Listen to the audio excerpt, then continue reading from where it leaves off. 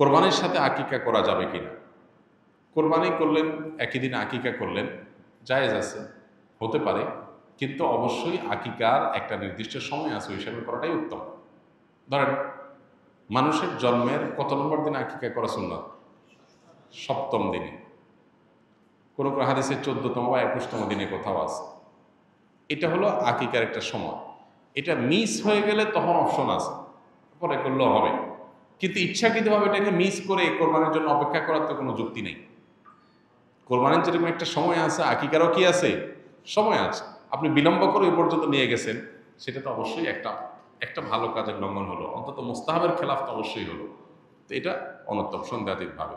বাকি একই গরুতে আকিকা এবং কোরবানি দুইটা নিয়ত করলে সেটা হবে কিনা, এটাই নিয়ে আমাদের মধ্যে মত পার্থক্য আছে। সন্দেহের ঊর্ধ্বে উঠতে চাইলে, ইখতিলাফের ঊর্ধ্বে উঠতে চাইলে অবশ্যই আলাদা আলাদা পশুতে করাটা